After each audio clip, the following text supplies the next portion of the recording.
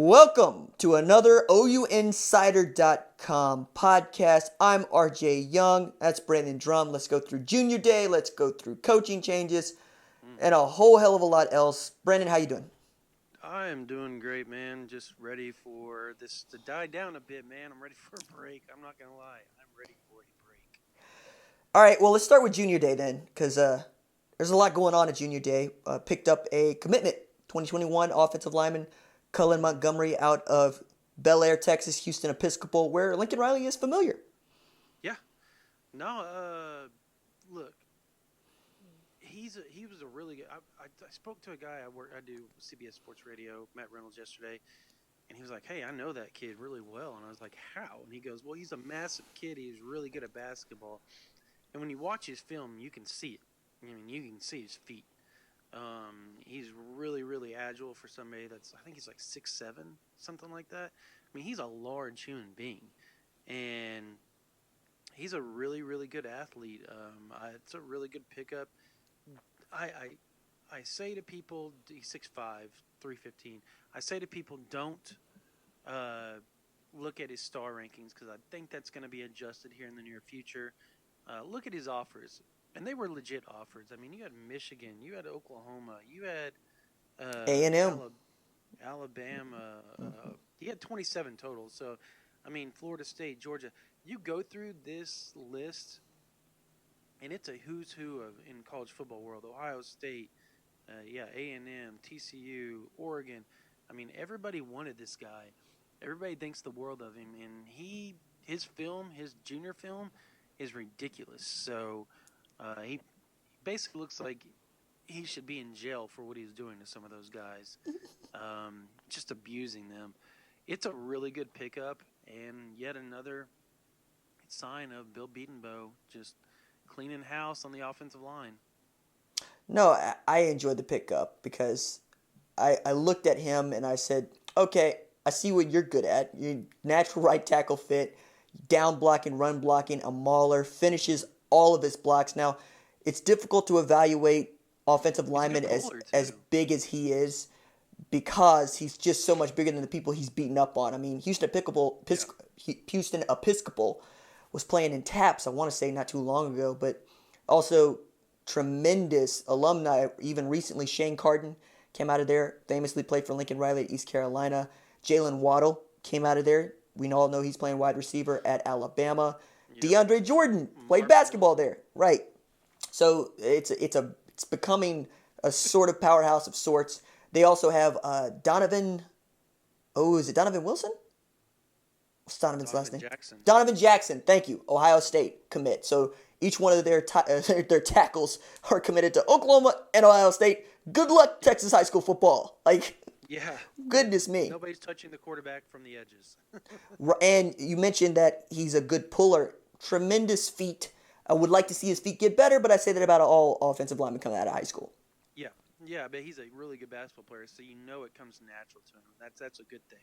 That means that he's going to be able to get better because he's already played a sport that footwork is just such a high priority.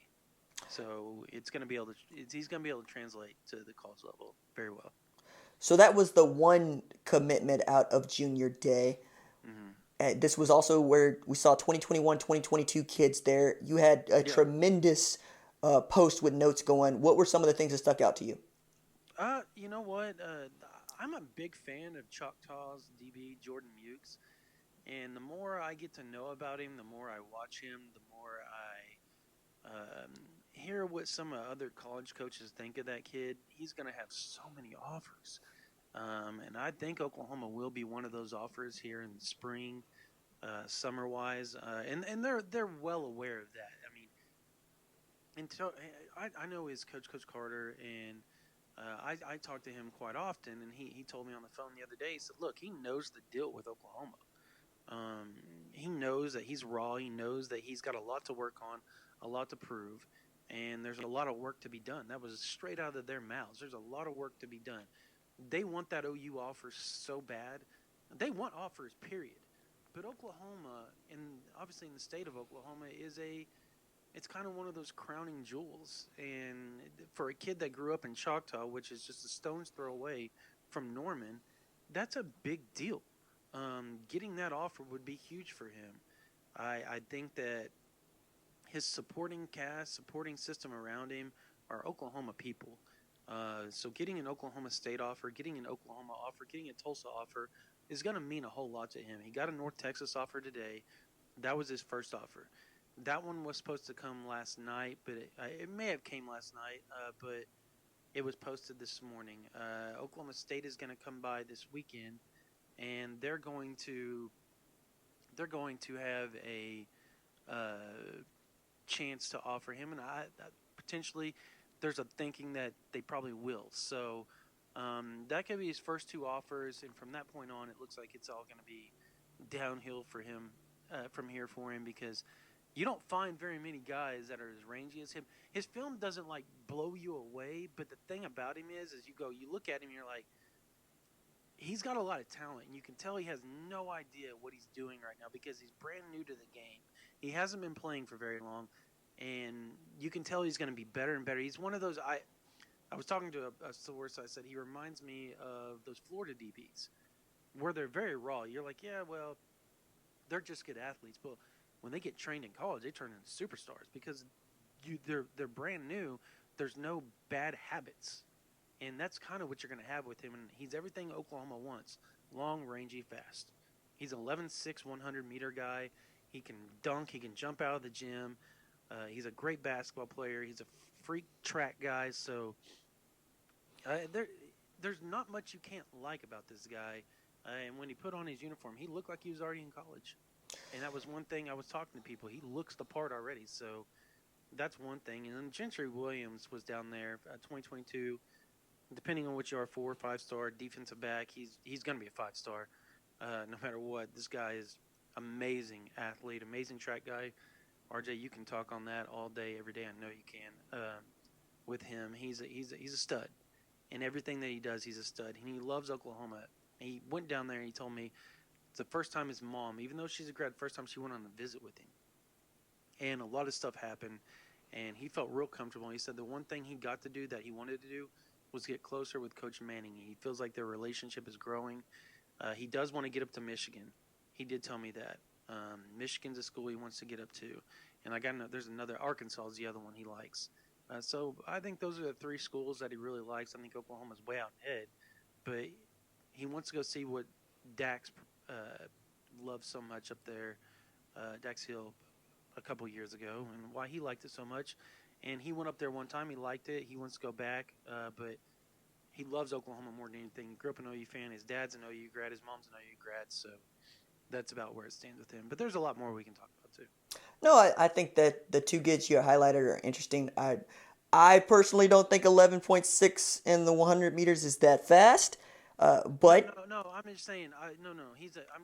He does other things. No, that's the only time I have. I was just gonna say that's the only thing that would give me pause. But with Gentry Williams, world-class speed, I've always thought that the toughest thing for Oklahoma isn't gonna be Michigan or Arkansas. It's gonna be the Olympics, because he's just that fast. Running 47 seconds in the 400 meters as a true freshman is not normal. All right, people remember Gill Roberts coming out of Millwood at OKC.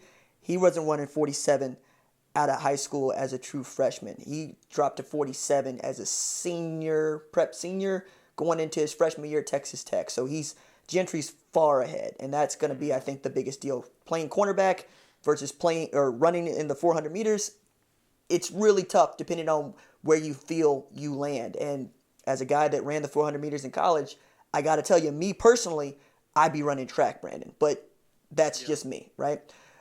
I also wanted to talk just a little bit about Taylor Chevron and Jacob Sexton. Oh, yeah. 2 new offers from the 2022 class. That makes 4 already in the 2022 class from the state of Oklahoma. You have Genry Williams. You've got Jacob Sexton from Deer Creek, obviously. You've got Taylor Chevron, and you've got Marion Horn from Broken Arrow. Yeah, 2 of them are defensive backs. One's a wide receiver, one's an offensive lineman.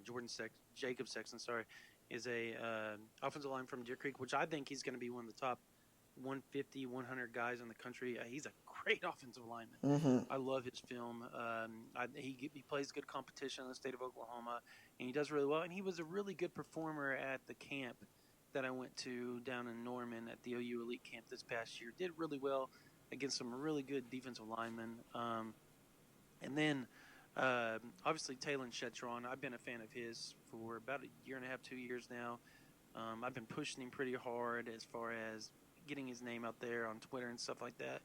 I love the kid. I think he's a great kid. I've talked to him a whole bunch. He's a really good athlete, really good basketball player. Oklahoma was really high on him. He went down to the elite camp this summer, and I spoke to a few people, and they were like, yeah, he's going to be a guy that Oklahoma looks at, and he's going to be a guy that could potentially be an offer guy. And all of a sudden, here you go. You see he's an offer guy. And you watch his film from this past year, his sophomore season, and it's going to blow you away. He single-handedly beat Jinx. I mean, he single-handedly beat a couple other teams in 6A that Santa Fe probably had no reason beating, but they beat them because of Taylor Chevron. He is that good. He's a difference maker. He's a great athlete, and he's a guy that is going to remind – physically, he's not real big and imposing, but he reminds me a lot of CeeDee Lamb coming out, because CeeDee wasn't very big, wasn't very strong, but he continued to work hard and get bigger and stronger. And Taylor has that same kind of work ethic, same kind of drive. So he's going to remind a lot of people with his skill set, his body, his frame, everything. Kind of Cody Jackson, CeeDee Lamb type deal. Right on. Dre Butler was the official visit over the weekend at Independence Community College by way of Covington, Georgia. 6'5", 285-pound, tremendous bend. And your big sell on him is that he's going to come off the 1 year of playing junior college, meaning he's going to have 4 years to play 3. Oh, yeah. That's very rare. Mm-hmm. He went JUCO, and I don't know the whole story why he went JUCO. I know it's because he moved from several different places. He's from Maryland, moved down to Georgia.